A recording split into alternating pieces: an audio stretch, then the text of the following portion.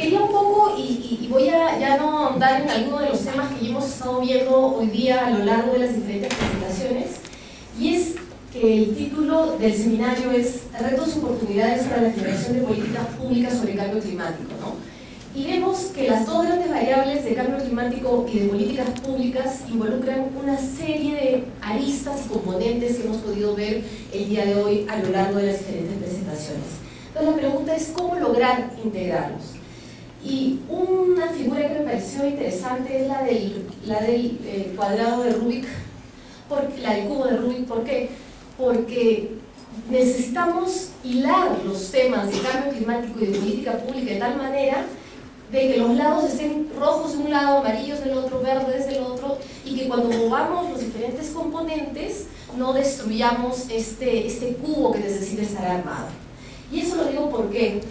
Porque hemos visto que el tema de cambio climático y de políticas públicas es multinivel, es multidireccional y multisectorial, porque vemos cómo se está discutiendo, ya lo hemos visto con Tarcisio y en la mañana también con Roberto, sobre todo las políticas que se vienen discutiendo en el ámbito internacional, ¿no? Y lo que se viene y se va a discutir en las próximas COP. En el ámbito regional también ya hay algunos desafíos, UNASUR, Mercosur, en algún momento se van a tener que pronunciar sobre este tema. Mercosur, por ejemplo, tiene un acuerdo sobre el tema ambiental y diversidad biológica. Al tema nacional, los diferentes países han implementado en la Constitución, a través de políticas, a través de estrategias, el tema. Y a nivel local también vemos cómo en la mañana Daniel Ryan nos comentaba sobre este tema de ciudades y cambio climático, ¿no? Él viene con Marianela, también estaba en la mañana en Bogotá de este evento de 2 días de ciudades y cambio climático. Y yo creo que esto se puede lograr a través de 4 componentes. El primero son políticas y planificación, el segundo es institucionalidad, el tercero presupuesto y el cuarto investigación. En temas de política y planificación, definitivamente necesitamos vincular el tema de cambios climáticos con otras políticas. Y hoy día en la mañana ya alguien preguntó cómo vinculamos el tema de cambio climático con pobreza, ¿no? ¿Por qué? Porque hay una serie de temas que son tradicionales a las competencias de un gobierno, ¿no? Entonces, hay competencias en residuos sólidos, hay competencias en gestión de riesgo que han existido a lo largo de los años por ser competencias típicas de municipalidades o de gobierno regional o de gobierno nacional, pero necesitamos vincularlas, necesitamos darle otra mirada a este tema. Entonces hay necesidad en países como el Ecuador, como el Perú, de donde yo vengo, de vincularnos con temas de salud, por los impactos que se van a generar, con temas de pobreza, con los temas de saneamiento, de infraestructura, de desarrollo rural. Y esto se necesita hacer no solamente a un nivel nacional, sino también a un nivel local y regional. ¿Y por qué? Porque los países están en un proceso de descentralización y fortalecimiento de gobiernos locales, de gobiernos regionales. Y en el caso peruano, los propios gobiernos desarrollan un instrumento que se llama Plan de Desarrollo Concertado, que fija qué es lo que ese gobierno quiere hacer en los próximos años. Y lo que empezamos a ver es que poco a poco los planes de desarrollo concertado regional empiezan a incluir la variable climática. Acá no se ve muy bien quizás algunas estrellitas, pero acá podemos ver la leyenda. Tenemos planes que no toman en cuenta el cambio climático. Tenemos planes que empiezan a tomar en cuenta, a abordar el tema del cambio climático de una manera superficial. Tenemos que el cambio climático se menciona detalladamente en ese plan y el cambio climático está integrado a ese plan. Entonces nos empezamos a dar cuenta cómo poco a poco es que necesitamos que los diferentes gobiernos, en este caso regionales y locales, incluyan también la variable climática y que eso no se quede solamente en una estrategia de nivel nacional. El otro tema es cómo vinculamos las políticas de cambio climático con las políticas sectoriales, con las políticas nacionales y tradicionales que tenemos. Y para esto 2 ejemplos, los cuales el primero salió del informe que se hizo en el marco de la plataforma de cambio climático, y es el tema de la ampliación de la frontera agrícola. En el caso peruano, hace más o menos ya más de 40 años, hubo un presidente de la Terry que estableció como política la ampliación de la frontera agrícola, y lo que dijo es: vamos a colonizar la selva. ¿Y eso qué significaba? Que lo que se pensó como una política es: hay que hacer agricultura en la selva. sin considerar uno, que el suelo de la selva no necesariamente da para las cosechas que la gente de la sierra, los agricultores de la sierra iban a hacer a la selva. Y lo segundo, esto pensó que la selva básicamente era una zona que tenía grandes cantidades de bosques. ¿Qué es lo que pasó? Las políticas agrícolas históricamente lo que han promovido es la ampliación de la frontera agrícola, para lo cual lo que promueven es el cambio de uso del suelo. Promueven que la tierra de aptitud forestal termine siendo una tierra agrícola. Entonces vemos como una política que empezó hace más de 40 años todavía sigue vigente. No solamente sigue vigente, sino que todavía se sigue promocionando. Y por lo tanto, una política agraria nacional priorizada en el país de ampliación de la frontera agrícola es obviamente totalmente contradictoria al tema de evitar los cambios de uso de suelo y de la deforestación, que en el caso peruano implica el 47% de las emisiones de gases de efecto invernadero. El otro tema es la postergación de políticas de eliminación de azufre en el diésel.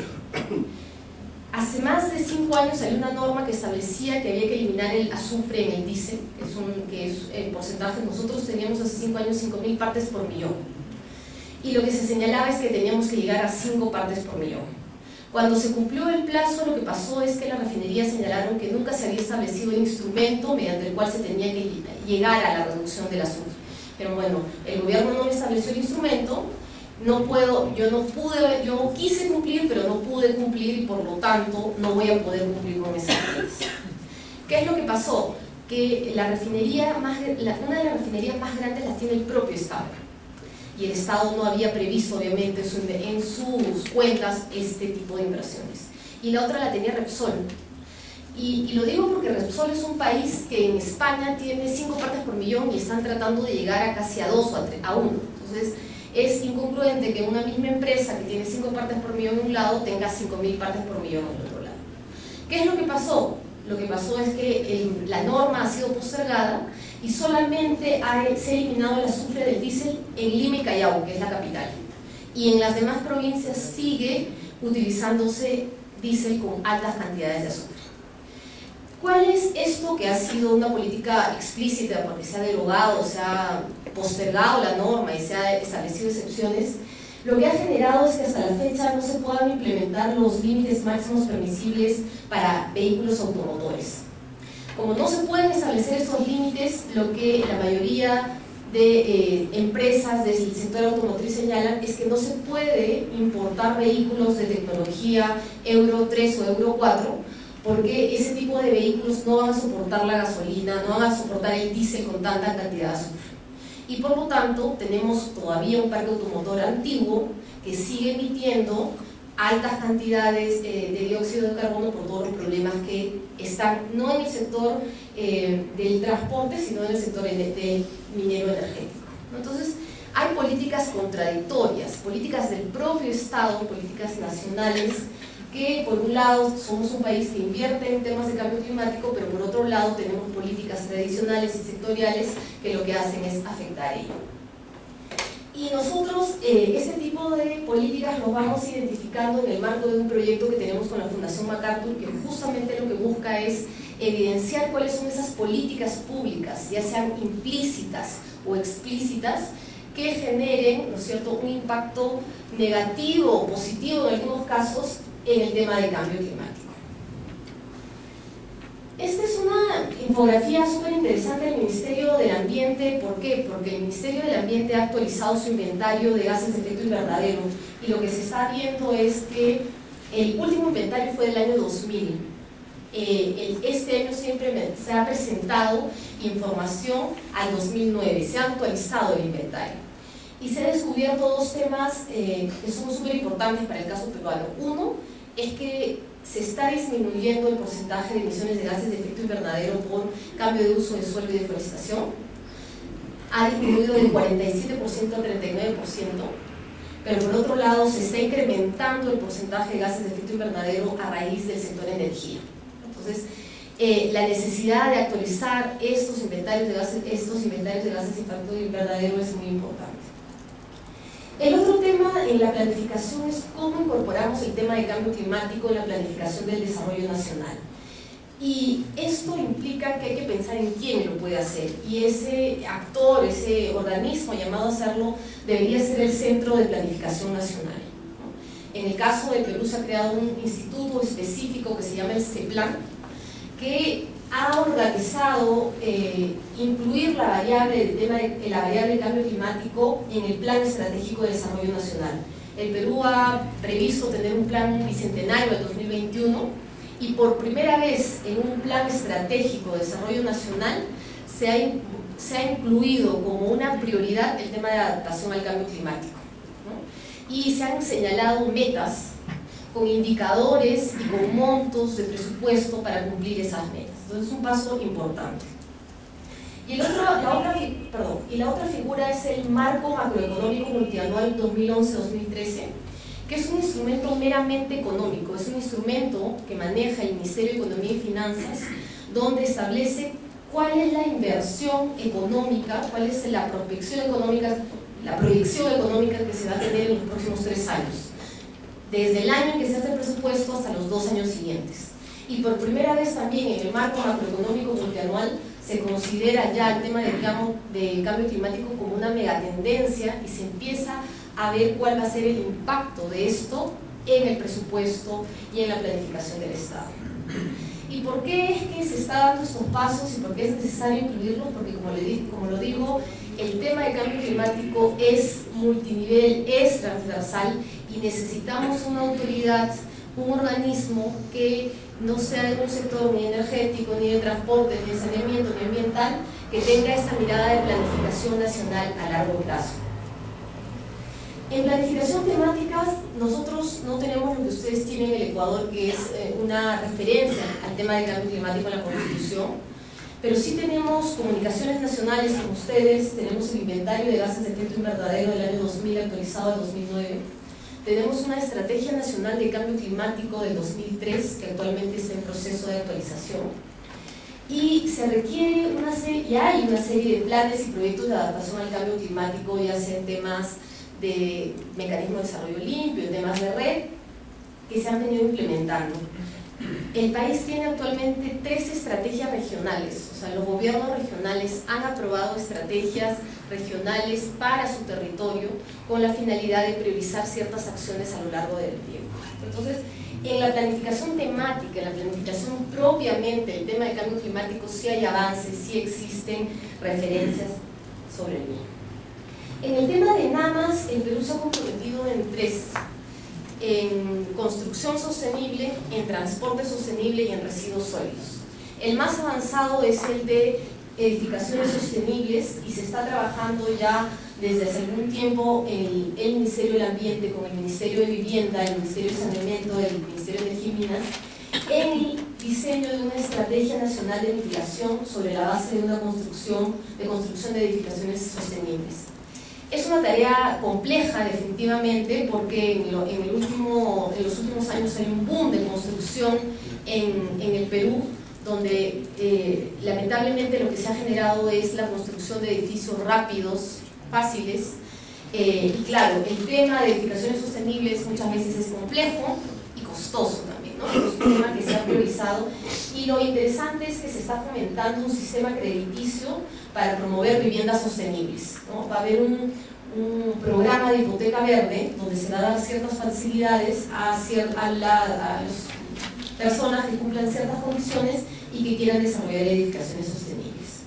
El otro tema es en el sector transporte, que todavía va un poco lento. Tenemos algo parecido a lo que ustedes tienen, y es que se está buscando tener bonos por chatarreo, porque nuestro parque automotor es un parque automotor bastante antiguo.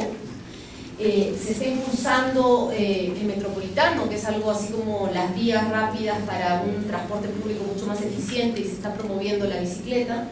Es algo todavía que se está desarrollando. Y el otro es el NAMA, en el sector de residuos sólidos, que recientemente el Ministerio del Ambiente ha sacado una convocatoria internacional para encontrar a una organización que pueda ayudar al desarrollo de esta estrategia. Como planificación al futuro, esta es una experiencia interesante que ya se ha desarrollado en otros países y que tiene fondos de varias instituciones, entre ellas CDKE, Pero lo más interesante es que esta es una planificación que consideran los autores más importantes, en los que tenemos al CEPLAN, que es este organismo de planificación, tiene el Ministerio del Ambiente, tiene el Ministerio de Relaciones Exteriores y tienes al Ministerio de Economía y Finanzas. Y lo que busca este plan CC es generar evidencia cuantitativa sobre escenarios de cambio climático en el Perú, para que en función de esto se pueda dar un insumo al diseño de políticas y marcos regulatorios sobre temas de cambio climático. Entonces, este es un proyecto que recién empezado, se ha lanzado este año y tiene una vida de hasta 6 años para empezar a trabajar estos temas. Y entonces es como el país se da cuenta de que se tiene que trabajar multisectorialmente de una manera transversal para poder lograr cambios, ¿no? El otro tema es el interclima, que es un espacio que se ha generado, un espacio de encuentro que ha salido recién este año, que se está llevando a nivel de municipios en algunas regiones del país y se quiere lanzar también a nivel de América Latina. Lo que se busca es que sea un espacio de encuentro no solamente del sector privado, sino también del sector, no solamente del sector nacional, del gobierno nacional, sino también del sector privado, de sociedad civil, con la idea de que sea una rendición de cuentas, de qué se ha propuesto cada sector, de cuánto se ha logrado y de cuáles son las metas que se pueden definir en términos presupuestales y en términos programáticos también. En la institucionalidad del país, igual que la mayoría de países de América Latina, tenemos una Comisión Nacional de Cambio Climático, donde la sociedad civil no tiene voto, no tiene voz tampoco. Participamos específicamente en 2 grupos técnicos, eso ha sido un cambio radical a lo que teníamos antes. Se han creado grupos especiales donde la sociedad participa, pero no dentro de la estructura misma de la comisión. Y el Ministerio del Ambiente es, digamos, el actor más importante en cambio climático. Y en los últimos años lo que se está desarrollando es el PRONAGEC. Lo que se quiere es, el Perú ha visto que hay una serie de financiamiento a lo largo de una serie de entidades donde el tema de cambio climático está disperso y no se conoce bien cuáles son los resultados de esos. El PRONAGEC sería esa oficina que canalizaría todos los recursos y todo el financiamiento de cambio climático y también haría la rendición de cuentas y el reporte sobre el mismo. En institucionalidad definitivamente, como les digo, yo creo que la solución, y ya lo hemos escuchado a Marco en la mañana, hace un momento también, es que la solución no está en el sector ambiente. La solución está en el sector energía y minas, la solución está en el sector saneamiento, en el sector residuos sólidos, y por lo tanto el Ministerio del Ambiente tiene una tarea de coordinación, de dinamizador, pero no va a poder lograr los cambios de una manera solitaria. Y por eso es que necesitamos una reorganización institucional frente al cambio climático con competencias y atribuciones y responsabilidades claras. Se requiere la participación efectiva de entidades claves del Estado, y básicamente me refiero al CEPLAN, a un organismo que se encargue de la planificación de un nivel, de una manera general. Se requiere incorporar también efectivamente a gobiernos regionales y locales. ¿Por qué? Porque muchas veces las estrategias nacionales y las políticas nacionales se hacen solamente a nivel de gobierno nacional, y ya el día de hoy hemos escuchado la importancia de que las municipalidades participen de estos procesos de adaptación al cambio climático. Y la incorporación de actividades claves de la sociedad civil, universidades, centros de investigación y de desarrollo. En el tema del presupuesto, sin ser dramática, este es una imagen de un debate que se presentó en 2011 a raíz de las elecciones, donde lo que se vio es que al 2050 iba a haber una pérdida de 23.4% en el PBI debido al cambio climático. Entonces, que se necesitaba hacer algo definitivamente. En el caso peruano, este mismo informe identifica que una parte sustanciosa de los fondos que se dedican a temas de cambio climático vienen de endeudamiento público. Entonces hay que ver cuáles son otras posibles formas de financiamiento. La pregunta es fondo verde, y hemos escuchado un poco cómo está el proceso, cuánto tenemos que esperar. El presupuesto público de países de América Latina no está preparado no está organizado de tal forma en que uno puede tener claridad acerca de cuánto se destina o cuánto se gasta en temas de cambio climático. ¿Y eso por qué? Este informe, que es un informe de propuesta ciudadana, lo que ha tratado de hacer es analizar en ejes clásicos que tienen los presupuestos del Estado, ¿no? No tienen gestión de biodiversidad, reforestación, conservación de suelo, gestión de recursos hídricos, y uno tiene que, digamos, con la información agregada, tratar de identificar qué es o cuál es el monto que se ha destinado. Y esto es y uno ve que es esto solamente es adaptación, es políticas públicas y presupuestos de adaptación al cambio climático, y uno se da cuenta que es el 3%, ¿no? Y entonces necesitamos que el presupuesto para temas de cambio climático tenga alguna partida, tenga una modificación, porque un presupuesto típico no nos ayuda a mirar realmente cuánto se está invirtiendo en cambio climático, porque esta información, al ser agregada, también puede tener errores. O sea, no es una información, uno identifica ese tipo de proyectos en el sistema público y se deduce que tiene un efecto de cambio climático, dice que hay cambio climático, pero también puede tener integrado otro tipo de componentes. Entonces, como el mismo informe lo dice, tiene sus bondades porque te permite ver cuáles son las limitaciones del presupuesto, pero también tiene la limitación al ser una agregación presupuestal y puede esconder información. La última presentación del viceministro se señaló que entre 190 y 454 millones anuales se necesitarían para la adaptación al 2030. La pregunta, por eso les decía, es solamente endeudamiento público, ¿cuáles son las otras posibilidades? Y las posibilidades que se pueden barajar es incrementar el presupuesto con asignaciones específicas a temas sectoriales, a fondos de contingencia. Sin embargo, los más renuentes son los ministerios de Economía y Finanzas, y ya nuestro Ministerio de Economía y Finanzas se ha pronunciado señalando que no considera viable un incremento del presupuesto. Y desde el punto de vista de un sector Economía y Finanzas existen dos caminos, ¿no? El primero es aumentar la productividad, el tamaño de la economía para absorber esos nuevos costos previsibles y no previsibles.